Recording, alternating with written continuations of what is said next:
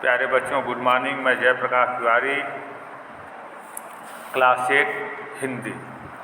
आज हमारा लेसन है दीवानों की हस्ती, पार्ट 4। सबसे पहले वाचन करेंगे, उसके बाद इसकी व्याख्या करेंगे। हम दीवानों की क्या हस्ती है, हैं आज यहाँ कल वहाँ चले, मस्ती का आलम साथ चला, हम धूल उड़ाते जहाँ चले। कवि कहता है, भगवती चरण वर्मा जी कह रहे हैं कि एक मस्त मौला व्यक्ति अपने विचारों को व्यक्त करते हुए कहता है कि हम दीवाने हैं, हम मस्त मौले हैं। क्योंकि मस्त मौले व्यक्तियों का कोई ठिकाना नहीं होता। आज हम यहाँ हैं तो फिर हम न जाने कल कहाँ होंगे। हम जहाँ होते हैं वहाँ ही मस्ती का आलम होता है। हम मस्ती का धूल उड़ाते हुए आगे बढ़ते चले जाते हैं। कभी आगे कहता है, आए बनकर उल्लास, अभी आंसू बनकर बह चले, अभी सब कहते ही रह गए, अरे तुम कैसे आए कहाँ चले। हम जहाँ जाते हैं, मस्त मौला व्यक्ति जहाँ जाता है, भगवती चरण वर्मा कह रहे हैं, कभी कह रहा है कि अरे अभी तो तुम उल्लास बन करके आए हुए हो,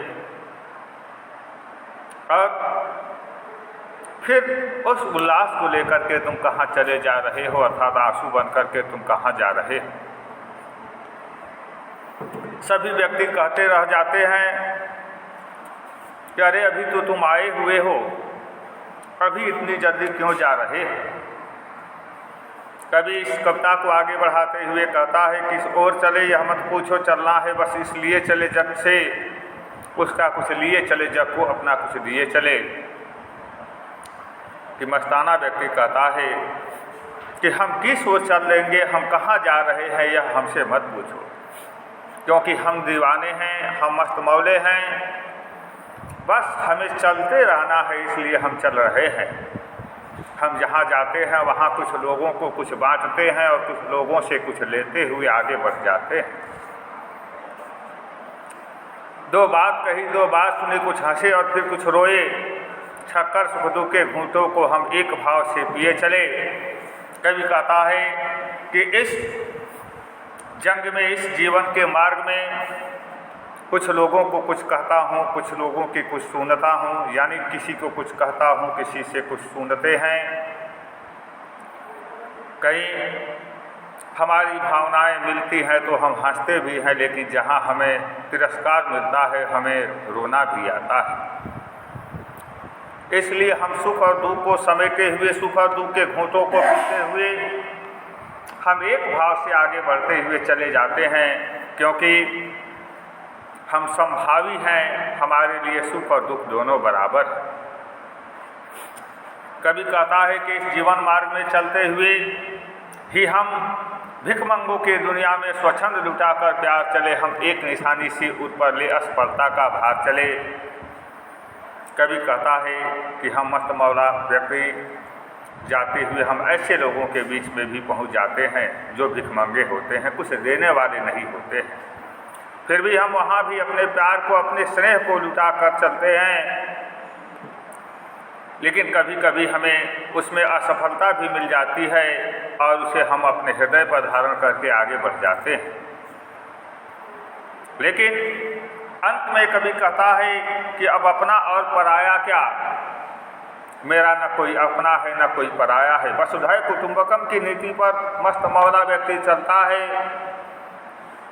न उसका कोई अपना होता है न उसका कोई पराया होता है। आबाद रहे रुकने वाले, हम स्वयं बंधे थे और स्वयं हम अपने बंधन तोड़ चले। कभी कह रहा है कि जो रुकने वाले हैं, जो चलने वाले नहीं हैं, जो परिश्रम करने वाले नहीं हैं, जो आलसी प्रवृत्ति के लोग हैं, वो भी खुशहाल रहे। हम स्वयं बंधे थे और स्वयं हम अपने बंधन को तोड़ चले। हम जिन बंधनों में बंधे हुए थे उन बंधनों का निर्वाह करते करते उसे अब तोड़ चले हैं, क्योंकि हम स्वच्छंद विचरण करने वाले हैं, इसलिए हम रुक नहीं सकते। कवि उन दीवानों की ओर दृष्टिकोण व्यक्त करते हुए कहता है, अपने दृष्टि को दिखाते हुए कहता है कि दीवानों का कोई भरोसा नहीं होता, कब कहाँ रहेंगे, कब किधर चल लेंगे, कब कहाँ चल लेंगे, कब किनसे इनकी मित्रता हो जाएगी, इसलिए इनका कोई भरोसा नहीं होता है, इनका कोई अपना नहीं होता है, इनके लिए कोई पराया नहीं होता है, क्योंकि ये सबको एक समान देखते हैं, किंतु तो नीति मात्र होती है वसुधैव कुटुंबकम की। इनके लिए संपूर्ण पृथ्वी अपना ही घर है, कोई पराया नहीं है, कोई अपना नहीं है, सबके साथ समभाव विचार व्यक्त करते हैं, सबके साथ एक जैसा व्यवहार व्यक्त करते हैं।